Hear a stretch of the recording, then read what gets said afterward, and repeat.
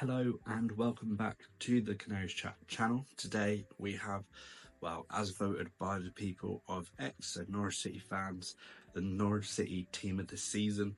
So we put a poll out, anyone that's played in that position could be eligible to get that position and get that award for getting into the Norwich City team of the season. Obviously it's been a bit of a tricky season for everyone involved, transition season. We haven't hit the heights that we did want to hit, but we did get a few good performances out there. But here is the Norwich City team of the season, starting with your goalkeeper. So we've obviously had Gunn, we've had Long, we've had Reyes. Gunn was out for a little bit in places, both Long and Reyes filled in the gaps there. In regards to percentages, Reyes got 8.9% of the votes, George Long 11.4%, and unsurprisingly, Angus Gunn got 79.7% of the votes. So Angus Gunn will be the goalkeeper in the team of the season. I don't think anyone was kind of really going to argue with that. The formation we've gone with is a 4-3-3 because that's what we've played with most of the season. So the next position is that right back position that's really been filled by Stacey and Fisher. With 15% of the votes, Stacey, and then Fisher got 85% of the votes. Had an unbelievable season, really kicked on. One young player of the season as well. I don't think anyone was expecting him to have such a good season.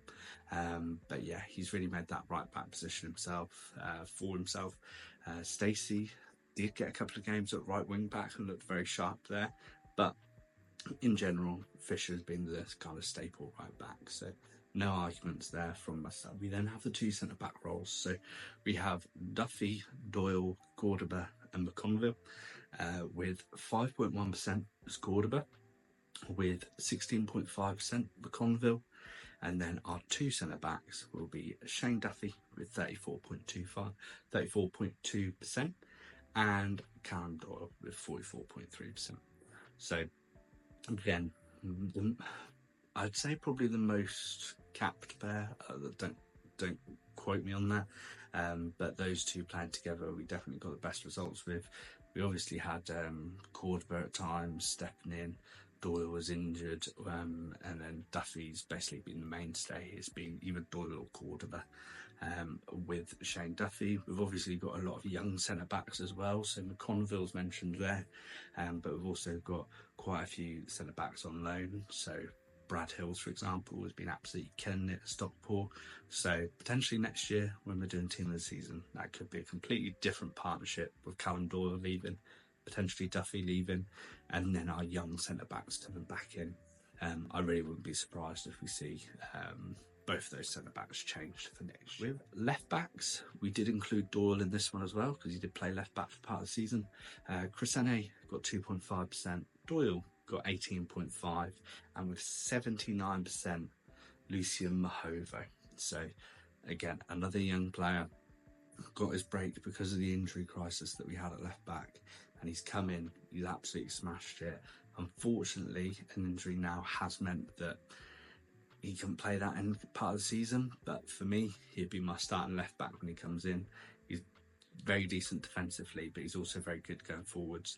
I think Chris Enne's a bit hard done by, 2.5%.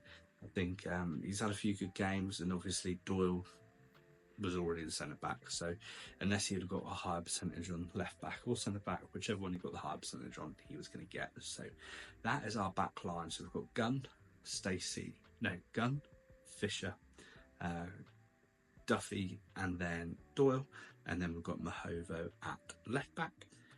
We then have our two central midfielders, so we split up two central midfielders and then kind of a attacking midfielder just in front of them.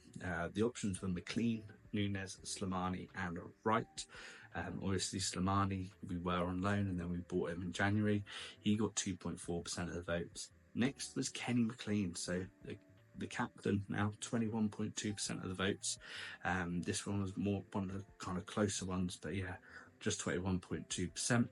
And then the two midfielders are going to be Nunes on 36.5 and Wright on 40. Now, Nunes, we did post this just after the Cardiff game, so he did just score two. Don't know if there was recency bias there, but he did kind of seem to take his foot off the gas a little bit after that injury. and then finish with the bang. Jacob Wright, I think, has been unbelievable. A few shaky games to start with.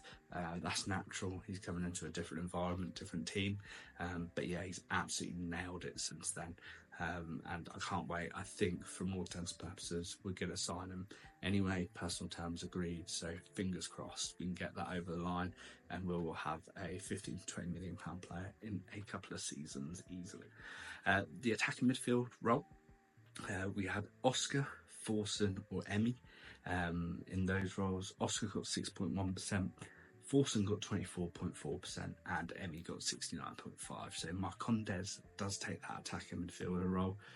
Forson's had glimpses. Coventry game, I thought he looked very good in the Cardiff game, the final game of the season. Oscar, a bit unlucky. He's kind of been played all over the place. Personally, I think his best position is just behind the striker, where he doesn't have to rely on pace to beat a man. It's just creating that space, which I think he does really well. But yeah, I can't argue with Marcondes. Free signing. We've triggered his extension. I think he's been a very good bit of business. And I'm happy that we managed to keep him for another year, just for experience around the squad. So very happy with that. So we get into our attacking lineup now. So on the right wing, we had Emmy, Oscar, Cernat. Emmy got 8.8, Oscar got 8.8, Cernat got 82.5. He did obviously play striker a bit when Sarge was injured, but all in all, I think he's been hands down our best right winger. He's been chipping in with goals, chipping in with assists. I'm hoping we've just seen the start of it with Cernat, and that he's just going to really now start really jumping on leaps and bounds like Sarge did after his first season with us. He's got all the attributes. He's fast. He can hold up the ball. He's an aerial threat when he jumps.